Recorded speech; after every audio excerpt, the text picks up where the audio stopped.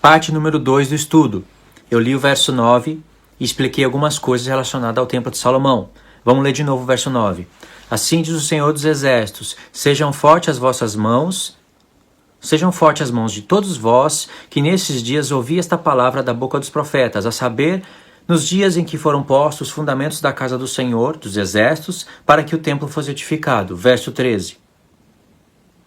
E há de acontecer, ó casa de Judá, ó casa de Israel, que assim como foste maldição entre as nações, assim vos salvarei, e sereis bênção, não temais, e sejam fortes as vossas mãos. Para quem Deus está falando isso?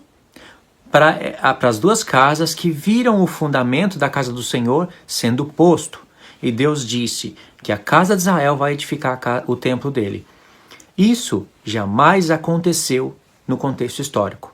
É uma prova, Deus deixou uma prova para a gente. Interpretar a casa de Israel como gentios. Isso serve para jogar aí na frente dos teimosos, sabe? Na frente de quem está acorrentado até a cabeça com correntes de doutrina de homem.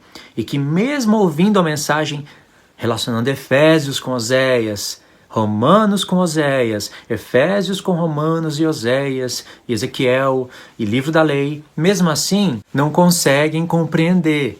Não querem, tem coração duro. Pode ser que mais para frente reconheça, mas não consegue compreender.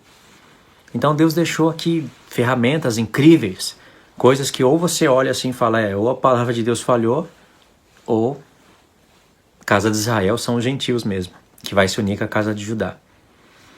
Então, casa de Israel, jamais eles poderiam edificar a casa de Deus, e não pode anular o contexto histórico de maneira alguma. Você pode interpretar o espiritual, que é o que Deus quer. O desfecho de toda a palavra de Deus ela é espiritual, mas você nunca anula o literal. Se você não compreender o literal, como você vai compreender o espiritual? Compreender o espiritual, como é que você vai anular o literal, sendo que o literal é o seu testemunho? Você vai falar alguma coisa espiritual da palavra de Deus e qual é a sua base? Você precisa de algo literal. Senão João jamais poderia olhar para o dragão de Apocalipse e falar, é a antiga serpente, a do Éden. Era um bicho literal lá no Éden. Assim como a árvore da vida era literal. Assim como a árvore do bem e do mal era literal. Entendeu? Representavam coisas espirituais. Ninguém ia ter a morte por causa de dar uma dentada numa fruta. Ou ia ter a vida eterna por dar uma dentada em outra fruta. Representavam coisas espirituais, mas estavam lá literalmente. Por que a casa de Israel jamais poderia edificar esse templo? Porque em Oséias capítulo 1, lembra que no vídeo passado eu falei sobre as duas casas de Israel e li Oséias capítulo 1, Deus rejeitou a casa de Israel, foi colocada entre as nações. Deus chama a casa de Israel de Efraim. Efraim tinha a promessa lá no livro da lei de virar uma multidão de nações. Como que acontece isso? Deus divide o seu próprio reino, ele que quis dividir não precisaria disso. Ele poderia fazer todo o projeto da salvação do homem com as 12 tribos unidas na mão de Salomão, depois passa para a mão do filho de Salomão. Mas Deus é um arquiteto, ele criou enigmas, ele fez um esquema para a gente estudar a palavra de Deus. Ele desenvolveu a salvação dos gentios de uma maneira para ser calculada pelos profetas. Eu vou fazer uma explicação para vocês sobre os 4 tempos da casa de Israel. É o termo casa de Israel. Você é um pouco redundante, mas é para que alguns peguem a ideia. Se possível, anota no papel, tá? É redundante, vai demorar alguns minutinhos, mas é necessário. Aguenta aí para a gente entrar no contexto aqui com mais visão. Então ele dividiu as suas 12 tribos em 2 casas. Ele que chamou a casa de Israel de 10 tribos após a divisão. Porque antes da divisão, casa de Israel era usada para as 12 tribos. Você pode conferir isso no livro da lei. Depois da divisão, a casa de Israel é usada para as 10 tribos, ainda sendo o povo de Deus. Porque Deus começou a levantar profetas para profetizar na casa de Israel e repreender ela. Depois, em um terceiro tempo, porque eu já falei de 2 tempos, em um terceiro tempo, a casa de Israel já é vista como as nações. Porque ela é posta entre as nações, não sendo povo, não tendo misericórdia. E depois, em um 4º tempo, a expressão casa de Israel volta a ser usada como no princípio, para as 12 tribos de Israel. Só que agora, nesse quarto tempo, ela se unificou com a casa de Judá e aqui trouxe os gentios. E agora a casa de Israel, por fim, a casa de Israel se torna o povo de Deus, o Israel de Deus. Entendeu os 4 pontos? Pode marcar isso num papel para você não esquecer. Primeiro ponto, ou primeiro tempo, casa de Israel, as 12 tribos, sem os gentios. Ou seja, os gentios poderiam ser participantes, sim, da aliança, como muitos foram quando saíram com Moisés do Egito, mas teriam que primeiro se circuncidar, participar da Páscoa, e aí a Páscoa é um gancho para todas as outras Páscoas, para todas as outras festas, e aí você entra na primeira aliança, que não era eterna. No segundo tempo, o termo casa de Israel, ele é apenas para as 10 tribos. Deus dividiu o reino e chamou as 10 tribos de casa de Israel, não chamou as outras 2. Tem alguns textos que vocês vão ver que judeus vão ser chamados de casa de Israel, mas porque eles fazem parte de Israel. Irmãos, o que é casa de Israel? Uma casa cujo nome está escrito Israel, que é Jacó, pai das 12 tribos. Isso é casa de Israel. Mas depois da divisão, só a tribo de Judá ficou com Davi. E aí a tribo de Benjamim se uniu com a tribo de Judá, com alguns levitas, formando um reino. Dividiu. E aí o termo casa de Israel foi passado para as 10 tribos. Mas isso tem que voltar como era antes. Então esse é o segundo ponto, o segundo tempo. Aí Deus levanta rei sobre a casa de Israel.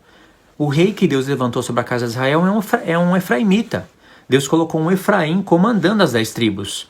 Então ele pode falar Efraim falando para as 10 tribos. Ou os profetas iriam falar tanto de Efraim para destacar uma tribo, chamar Efraim de reino? Aonde isso tem cabimento? Aonde que Efraim vira um reino, se não for por intermédio da casa de Israel?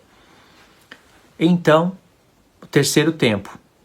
A casa de Israel, quando é rejeitada por Deus, é lançada através dos cativeiros, é lançado no meio das nações, e aí casa de Israel já está sendo utilizado para gentios, homens de povos, línguas e nações. O povo da casa de Israel está entre as nações. Alguns foram conservados, até mesmo o tempo de Cristo, bem poucas pessoas, mas a massa toda em si foi rejeitada, lo ami e lo ruamá. Mas também tinha Jezreel, que Deus ia plantar e semear tudo de novo através de Cristo. Terceiro tempo, né? Esse que eu expliquei. Quarto tempo, quando Deus vai unificar casa de Israel com casa de Judá, isso está em Jeremias 31, aí vai ser chamado casa de Israel, as 12 tribos unidas, mas aí entrou os gentios para a nova aliança. Então precisaria de um tempo de transição para as alianças e Deus levantar apóstolos e profetas no Novo Testamento para explicar todas essas coisas, criando dentro desse tempo e dessa explicação aquele mistério que eu falei para vocês no vídeo anterior, o mistério das Escrituras. Então a casa de Israel, quando ela foi lançada entre as nações, foi lançada com maldição, sim. Porque um povo que era povo de Deus deixa de ser povo e deixa de ter misericórdia, está debaixo de maldição. É a maldição que Deus lançou. E isso foi para castigar os pecados atuais, no tempo que a casa de Israel estava rejeitando Deus. Só que ele deixa uma bênção para o futuro. A bênção é de trazer as nações de volta através da casa de Israel, de 10 tribos. Literais, mas quando entrar Cristo, irmãos, aí o negócio é convertido espiritualmente. O termo 12 tribos ainda aparece em Apocalipse, mas você vai ver que é espiritualmente. Já não é uma coisa literal. Entende? Então, Deus deixou uma bênção para o tempo de Cristo. A maldição que Deus lançou sobre a casa de Israel, dizendo que eles não são um povo e não tem mais misericórdia, Cristo vem e lá no Sermão do Monte ele quebra essa maldição. Não tem como explicar tudo isso agora, mas você vai ver que ele vai chamar ali pessoas, judeus que estavam ali com ele e outras pessoas que vieram da circunvizinhança de Tiro, Sidom, gentios que estavam ali. Jesus vai chamar, vai quebrar a maldição e vai falar, olha, bem-aventurado tal pessoa, bem-aventurado isso, bem-aventurados pacificadores, porque serão chamados filhos do Deus vivo. Bem-aventurados misericordiosos, porque alcançarão misericórdia. Gentios. É claro que os judeus ali, mestres da lei, ouvindo isso, estavam pensando, ele vai anular a lei e os profetas. Jesus se antecipando dos pensamentos que estavam rolando lá entre eles, porque eles estavam em trevas, eles não conheciam as promessas. Jesus fala ali em Mateus 5, verso 17, não penseis que vim abolir a lei e os profetas. Eu não vim abolir, eu vim cumprir. Aí um pedacinho desse texto cai na mão dos adventistas e o que que vira? Cai na mão dos judeus messiânicos e o que que vira? Torá, Torá, Torá, Torá, Torá, Kipá. Vamos celebrar as festas. Olha que Jesus falou, não vim abolir a lei. Não compreende nada do que está sendo falado. Fala tanto de Torá, Torá e despreza a Torá. Por que você acha que Jesus fala não vim abolir a lei e os profetas? Ele estava lançando promessas ali para todos. Sabia que ia ficar escrito. Bem-aventurados misericordiosos, porque alcançarão misericórdia.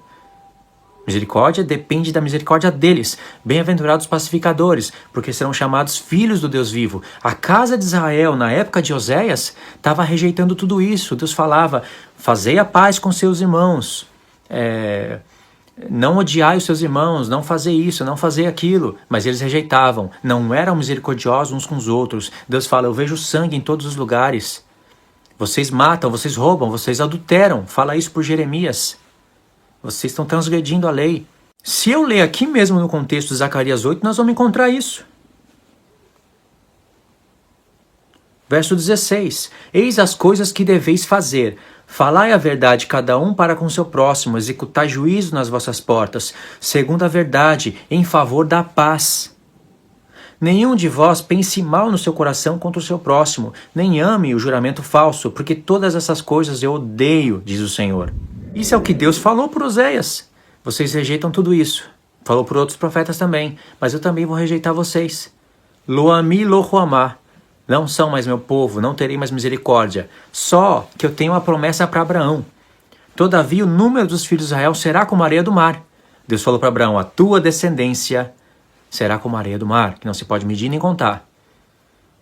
E qual foi a primeira vez que apareceu esse texto? Meu Deus, que lindo se eu fosse lá no contexto. Por isso que Deus falou. Então Deus tem uma promessa. Aí o que ele vai fazer? Vai mandar o seu filho para resolver o caso, para resolver a situação e para cumprir as promessas. Jesus lá no Monte das Oliveiras cumpre a promessa, começa o cumprimento da promessa. Porque agora ele fala, sejam pacificadores, bem-aventurados esses, porque serão chamados filhos do Deus vivo. Deus falou, a casa de Israel e a casa de Judá juntos se congregarão, constituirão sobre si uma só cabeça, porque grande é o dia de Israel. Deus agora é Deus deles. Bem-aventurados misericordiosos, porque alcançarão misericórdia. Vamos continuar na parte 3. Meu tempo esgotou.